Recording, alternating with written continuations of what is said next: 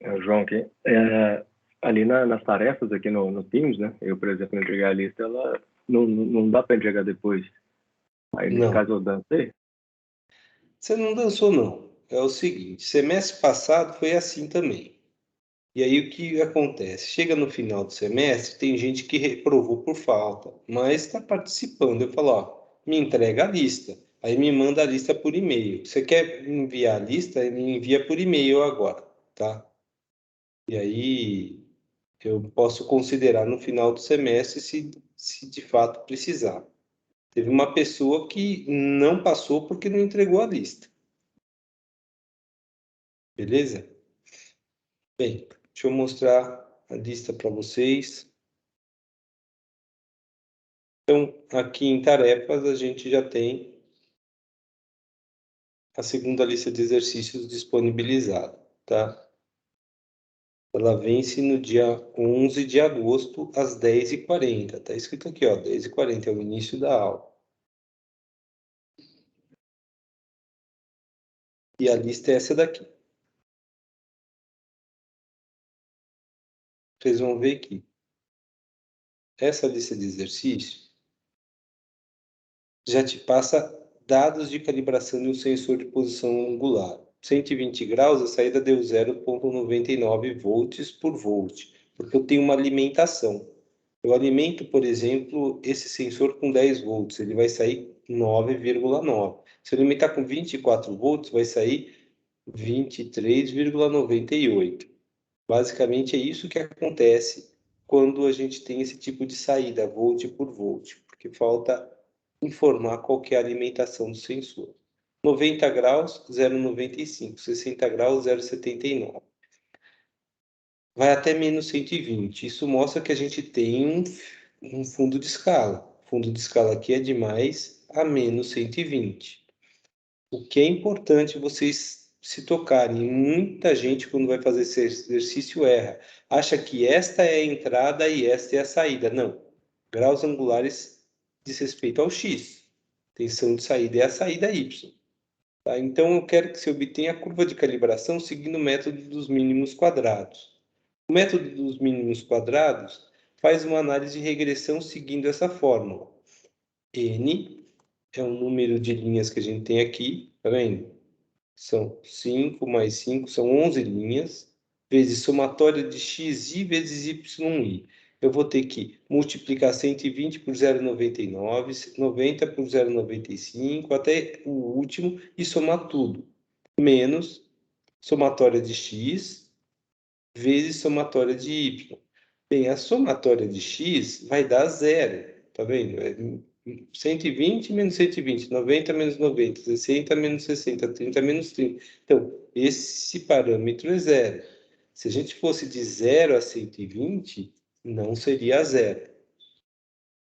Dividido por n vezes somatória de xi ao quadrado, a gente eleva todos esses valores ao quadrado e soma, menos somatória de xi elevado ao quadrado. A gente já sabe que isso aqui é zero. Tá? Esse vai dar o valor de A. O valor de B está nessa equação aqui de baixo. Pede para calcular o intervalo de confiança com alfa igual a 95%. Bem, a gente vai usar o T de student. V é o grau, o número de graus de liberdade. Vai ser N, 11, menos M, que é o grau do polinômio usado para o ajuste. O grau é 1. Então, N menos 1, a gente vai ter 9. Então, ele estuda 9 graus de liberdade, 95%. E a gente vai calcular o desvio padrão sobre raiz de N. O desvio padrão amostral, raiz de N.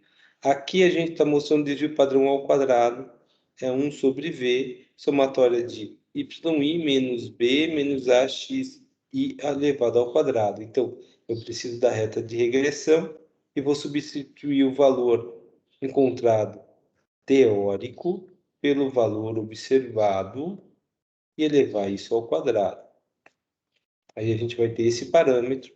Isso aqui é a raiz de 11.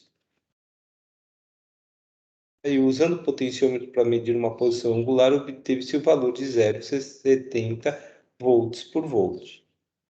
Então, eu consegui 0,70. Vai estar entre 30 e 60, tá vendo? Pede qual o valor do ângulo. A gente vai usar a função inversa, que é y menos b sobre a, onde y vai dar 0,7. Menos b dividido pelo valor de a, a gente vai achar o valor do ângulo. Pede para calcular a incerteza desse ângulo. A incerteza desse ângulo vai usar essa fórmula aqui, fórmula 9. T de estudante de 9, 95% raiz quadrada.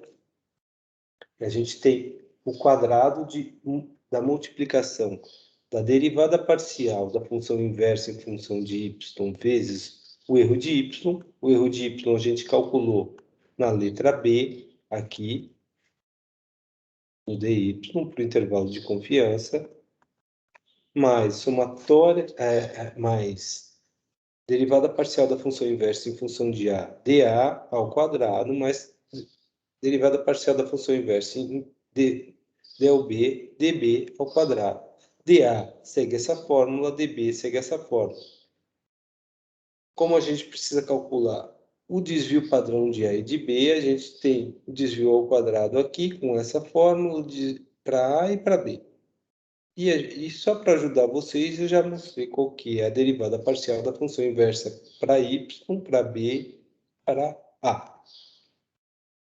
A última pergunta pede a linearidade e sensibilidade do potenciômetro para um fundo de escala de 120 graus e uma fonte de 24 volts. Ó, o erro vai ser YI menos AXI mais B. A linearidade é o maior erro encontrado, EY, dividido pelo fundo de escala, isso em percentual. E a sensibilidade é o valor de A vezes a tensão da fonte. Então, as fórmulas foram dadas. Uma calibração de um sensor tem 11 valores aqui. Alguma dúvida na primeira questão, pessoal? Tá tudo bem?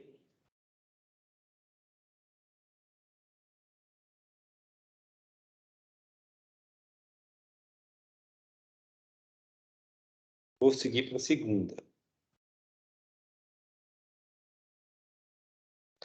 É sobre uma célula de carga. A folha de especificação de uma célula de carga comercial com fundo de escala de 100 gramas diz que a tensão de saída da mesma é 5 milivolts de saída para cada voltagem de alimentação que a gente colocar. Então, se eu colocar 1 volt de entrada, para cada grama, eu vou ter uma variação de 5 milivolts, até chegar a 100 gramas. É de menos 100 a mais 100. Se a célula for alimentada com uma fonte de referência de 5 volts, qual será o resultado do indicador para um objeto de massa de 75 gramas e um objeto de 42? Qual a sensibilidade da célula de carga? Sensibilidade é a variação da saída sobre a variação de entrada. A entrada são as gramas, a saída é a tensão. A folha também informa o efeito de temperatura de 0,075% da leitura por grau Celsius.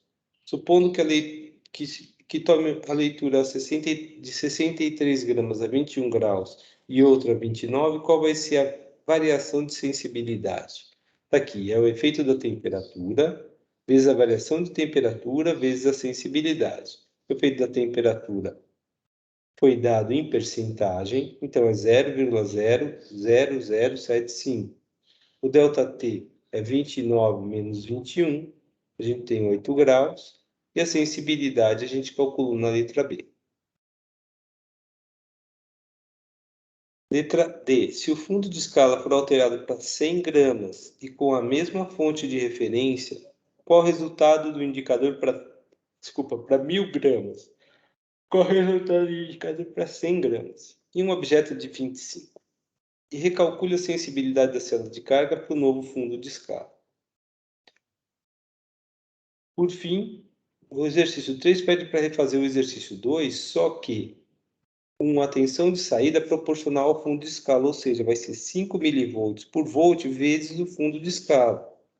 Notem que fundo de escala, ora é 100 gramas, ora é 1.000 gramas, então vai variar significativamente como é que o meu sistema vai se comportar. Alguma pergunta nas questões 2 e 3? Tudo bem até aqui? Quarta questão. Até que sim. Ok. Quarta questão. Análise dinâmica de sinal. Por um sinal de 2 kHz, pede-se qual é a frequência mínima de amostragem para observar esse sinal. Bem, só já contando o final da história, é o dobro da frequência do sinal. Se a frequência de amostragem é 10 kHz, qual deverá ser o menor número de amostras para evitar erro de vazamento? Bem, se é 10 kHz, eu tenho que ter um número de amostras tal que o DF seja de 2 kHz. Daí você vai calcular qual é o número de amostras para eu ter um DF de 2 kHz, sabendo que a tensão de amostragem é de 10. Se eu mudar a frequência de amostragem para 3 kHz, qual seria a frequência indicada na transformada de Fourier do sinal amostrado com 3.000 amostras? Bem, 3 kHz vai ter uma frequência máxima observada da metade dela. E a diferença dessa frequência até 2 kHz vai ser refletida. E a gente vai ter uma frequência observada abaixo da metade de 3 kHz. Qual é esse valor? Que efeito a gente percebe nesse resultado? São 3 os efeitos: quantização, erro de frequência fantasma e erro de vazamento. Qual desses que a gente encontra aí?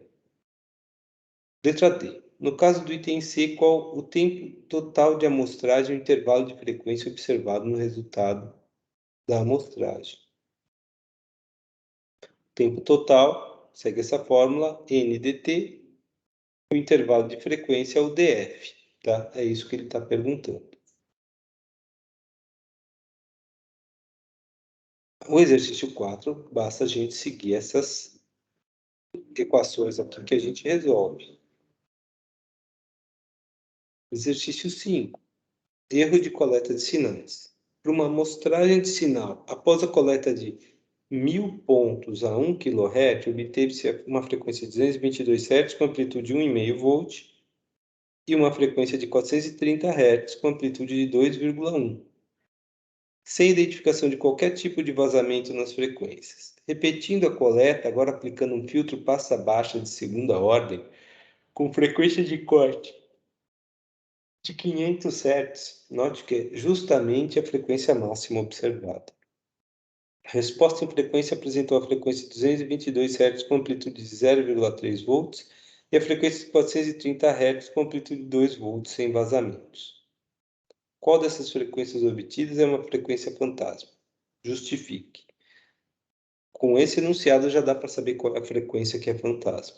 Se a frequência de amostragem alterar-se para 500 Hz e mantiver o número de pontos coletados, quer dizer, 500 Hz com 1.000 pontos, quais frequências apresentariam erro de vazamento? Justifique. Não, desculpa. Qual deverá ser a mudança no tempo total de amostragem em percentual? Primeira letra B. A mudança ela é significativa. Se o número de amostras for alterado para 100, uma frequência de 500 Hz, que ou quais frequências apresentariam erro de vazamento? Justifique. Tendo o sistema de medição de 10 bits com limite de 10 kHz para coleta de dados, caso o tempo total de amostragem máximo admitido em função do sistema for de 750 milissegundos, qual seria o número de amostras coletado para a menor frequência de coleta possível, de forma a ter como resposta em frequência as frequências não fantasmas sem erros de vazamento. Essa letra D não é tão simples de ser resolvida. E qual o erro de quantização do sistema em relação ao item D? O item D falou que o sistema tem 10 bits, daí a gente consegue calcular qual é o erro de quantização. Bem, já mostrei qual que é a segunda lista. Vocês têm que entregar a segunda lista para até quarta-feira que vem. Lembro vocês que segunda-feira a gente não vai ter aula, conforme já definido no nosso plano de ensino.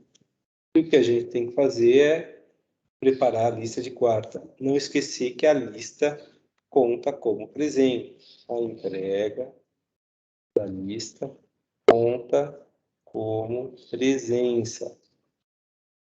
Então, entrega de lista, questionário e relatórios conta como presença, pessoal. Mais uma informação. Disponibilizei segunda-feira 2 novos módulos práticos: sensor ultrassônico e análise dinâmica de sinais. Porque tem pessoal da mecatrônica do semestre passado fazendo sua parte prática e um aluno me pediu para ele adiantar, para ele poder passar na matéria em função de uma viagem que ele deve fazer para passar um ano fora numa universidade europeia. Então, quem tiver interesse em adiantar os relatórios, eu deixei dois conjuntos de dados lá colocados. Eles já pegaram um. Quem tiver interesse pode pegar o segundo. Se o segundo já for pego, basta solicitar que eu disponibilizo mais dados para vocês fazerem os exercícios da parte prática. Alguma pergunta, pessoal? Tá claro o que tem que ser feito?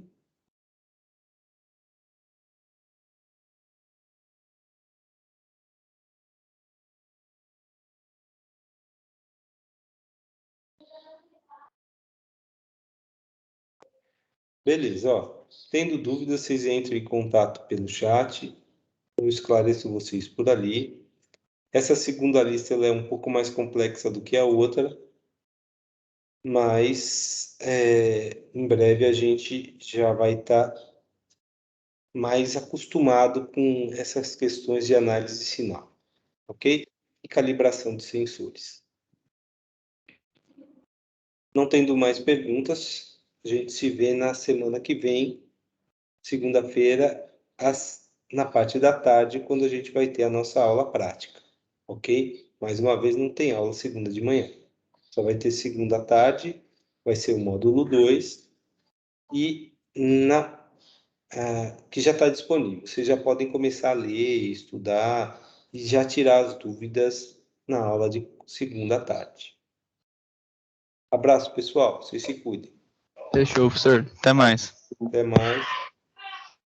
Obrigada, até Obrigadão, mais. professor.